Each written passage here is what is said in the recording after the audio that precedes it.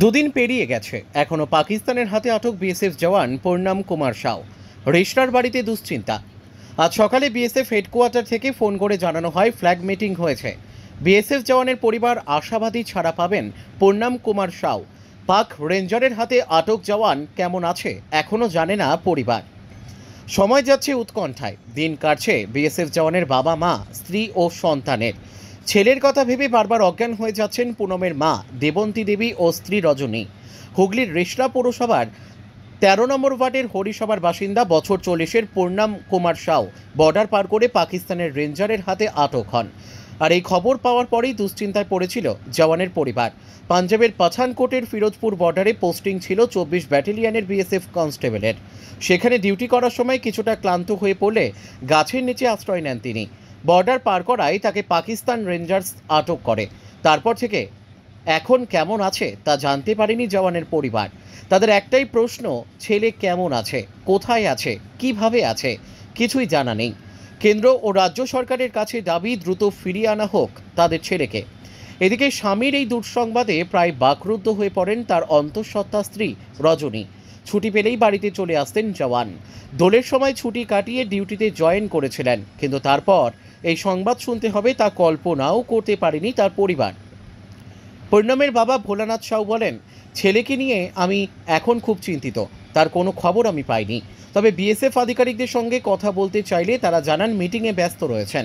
আমি দেশের প্রধানমন্ত্রী নরেন্দ্র মোদী, স্বরাষ্ট্রমন্ত্রী অমিত শাহ, প্রতিরক্ষামন্ত্রী রাজনাথ সিং এর কাছে আবেদন করছি যত তাড়াতাড়ি সম্ভব আমার ছেলেকে দেশে ফিরিয়ে আনা হোক। রাজ্য ও কেন্দ্রীয় সরকারের সঙ্গে যেন সহযোগিতা করে তারও আমি আবেদন জানাই। ৩ দিন ধরে রান্না বান্না বন্ধ বাড়িতে। আমার বৌমা অন্তঃসত্ত্বা, সে বারবার অজ্ঞান হয়ে যাচ্ছে। আমরা নিজেরা বাঁচবো কি বাঁচবো না সেটাও আমরা চিন্তা করছি। পাকিস্তানের ওপরে আমাদের কোনো ভরসা নেই, তারা কখন কি করে দেবে। আমার ছেলেকে যে কোনো প্রকারে ভারতে নিয়ে আসা হোক, আবার দেশের হয়ে লড়ুক, আমি এটাই চাই। এদিন বিএসএফ জওয়ানের বাড়িতে যান প্রদেশ কংগ্রেস সভাপতি শুভঙ্কর সরকার, তৃণমূল হুগলি শ্রীরামপুর সাংগঠনিক জেলার সভাপতি অরিন্দম গুইন ও রিস্টার চেয়ারম্যান বিজয় সাগর মিত্র। বলছি, কে ফোন করেছিল, কাকে ফোন করেছিল, কি বললো? হেডকোয়ার্টার দিয়ে ফোন এসেছিল, ওনার মিসেসের নাম্বারে ফোন এসেছিল। বলেছে যে ফ্ল্যাগ মিটিং হয়ে গেছে, পূর্ণাম কুমার সাউ মানে ছাড়া হয়ে যাবেন বা এইভাবে কিছু বলেছে কি মিডিয়া দিয়ে দূর থাকেন আপনারা, ঘরের লোক, মিডিয়াকে কোনো ভুলভাল করেন না বলে এইভাবে বলেছে। আপনারা কি আশা করছেন যে যেহেতু বিএসএফ এর তরফ থেকে দাবি করা হয়েছে যে ফ্ল্যাগ মিটিং অলরেডি হয়েছে, তো আপনারা আশা করছেন যে উনি শীঘ্রই ফিরে আসবেন? নিশ্চয়ই, আমরা নিশ্চয়ই আশা করছি যে আসবেন। কেন আসবেন? বিএসএফ কর্তৃপক্ষ থেকে কখন ফোন এসেছে? কখন ফোন এসেছে? এই 15 মিনিট আগে ফোন এসেছে। কারণ ওনার স্ত্রী? হ্যাঁ, ওনার স্ত্রীর নাম্বারে। কি বলেছেন? বলেছেন ফ্ল্যাগ মিটিং হয়ে গেছে, সব ভালো আছে, পজিটিভ আছে বলে বললেন। কেমন আছেন পূর্ণাম কুমার সাউ? ওইটা কিছু বলেনি ওনারা, মিটিং জাস্ট হয়েছে এটা বললেন যে মিটিংটা হয়ে গেছে। ফ্ল্যাগ মিটিং পাকিস্তানের তরফে সেনারা ফ্ল্যাগ মিটিং এসেছিল, ওরাও ঝান্ডা দিয়ে, এরাও ঝান্ডা দিয়ে, ওদেরও কমান্ডিং অফিসার, ওদেরও অফিসার সব বসে কথাবার্তা হলো। ফাইনালি এবার কী হবে না হবে 1 ঘন্টার পরে আমাদেরকে আবার বোর্ড নাম্বারে ফোন করে জানাবো। 1 ঘন্টা পর জানাবো। আপনার নাম? আমার নাম হলো সুরজ কুমার গুপ্তা। যে আমাদের বাড়ির ছেলে যাতে ফিরে আসে একেবারে সুস্থ। আপনারা জানেন যে যারা সেনাতে বিএসএফ এর চাকরি করে তাদের চ্যালেঞ্জের প্রতি মুহূর্তে প্রত্যেকেই দেশের জন্য লড়াই করে। তো আমাদের এই ভাইটি তিনি কাজ করতে করতে এখানে এই রকম ব্যবস্থা বহুবার হয় সেনাদের মধ্যে, যে বর্ডার যে লাইন আছে ক্রস করে এদিকে চলে যাওয়া, ওদিকের লোকেরা এদিকে চলে আসা, এবং রুটিন মাফিক সেটা অ্যারেস্ট হয় এবং তারপরে 2 দেশের কথাবার্তার মধ্যে দিয়ে তারপরে মুক্তি হয়। কিন্তু আপনারা জানেন যে একটা আলাদা পরিস্থিতির জম্মু অ্যান্ড কাশ্মীর যে সেখানকার যে অঘটন, সেই অঘটনকে কেন্দ্র করে আমরা দেখেছি সেক্ষেত্রে একটু উত্তেজনা আছে। সরকার কথা বলছে, বিএসএফের উচ্চপদস্থ অফিসাররা কথা বলছেন এবং নিশ্চিতভাবে সরকার গুরুত্ব সহকারে বিষয়টিকে দেখছেন। পরিবারের দাবি আমার ছেলে সুস্থভাবে যাতে ফিরে আসে, এটা সবারই দাবি, বাংলার দাবি, এটা দেশের দাবি। তার কারণ শুধু পরিবারের সন্তান সে নয়, সারা দেশের সে সন্তান। তার কারণ সে যেভাবে দেশকে রক্ষা করার জন্য লড়াই করে, তাদের পরিবারের পাশে আমরা সবাই আছি।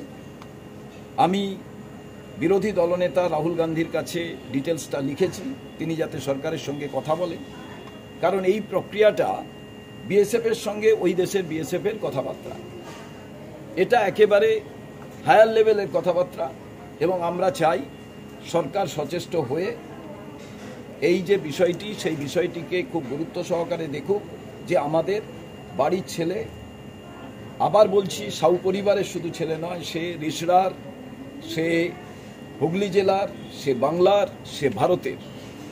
তো তার যত তাড়াতাড়ি মুক্তি হয় সুস্থভাবে আমরা সেই কামনা করি। তার পরিবার পরিজন, বাবার সঙ্গে কথা হলো, দাদার সঙ্গে কথা হলো, তার স্ত্রী মা কিছুটা অসুস্থ আছেন। আমরা আশাবাদী যে দুই দেশের কথাবার্তার মধ্যে দিয়ে সুস্থভাবে মুক্তি ঘটবে। তার কারণ পলগাঁওয়ের যে ঘটনা, তার থেকেই এই পরিস্থিতিটা আরও উদ্বেগজনক হয়েছে, কিন্তু এর জন্য ভাবিত হওয়ার কোনো কারণ নেই। আমি মনে করি সরকার, বিরোধী দল সবাই আজকের দিনে ভারতবর্ষের একতার সঙ্গে লড়াই করছে। অতএব সবাই মিলে আমরা চাই যে আমাদের বাড়ির যে ছেলেটি, যে দেশকে বাঁচাবার জন্য লড়াই করছেন, তিনি যাতে তাড়াতাড়ি ফিরে আসেন।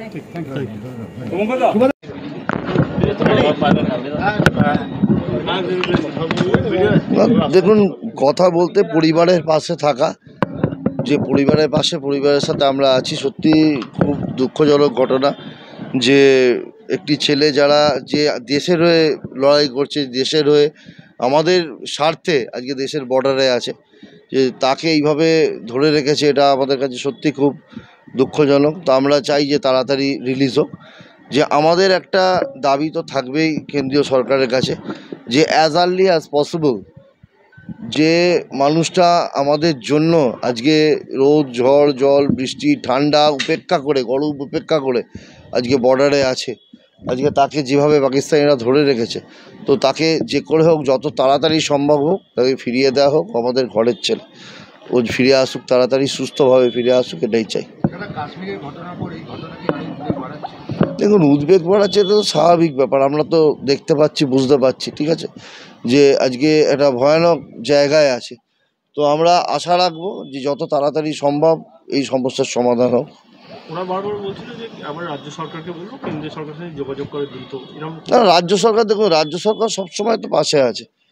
রাজ্য সরকার সবসময় আছে, যে এই ধরনের আমরা আজকে এসছি, আমরা ধরুন সরকারের প্রতিনিধি একজন হয়ে, আজকে এখানে চেয়ারম্যান সাহেব আছেন, ভাইস চেয়ারম্যান সাহেব আছেন, এখানে কাউন্সিলররা আছেন, কাজে আমরা সবসময় আছি আমাদের এই মানুষগুলোর পাশে, যে আমরা বাংলার মানুষের স্বার্থে, বা আমাদের বাংলার যারা আর্মিরা আছেন, আজকে যার বাড়ি এসছি, পিকের বাড়ি, আজকে ওর আমাদের পরিবারের একজন, তো তার পাশে আমরা সবসময় আছি। আপনারা কতটা আশ্বাস দিচ্ছেন?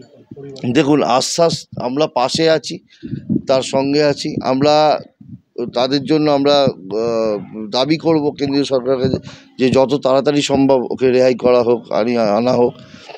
আমরা আছি তার পরিবারের পাশে, এটা বলতে পারি।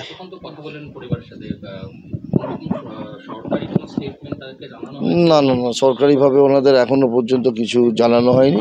ওনার পরিবারের সাথে কথা বলে, বাবার সাথে কথা বলে যেটা বুঝলাম, যে সরকারের পক্ষ থেকে বা কোনো এ থেকে এখনো পর্যন্ত তাদের কাছে কোনো খবর নেই।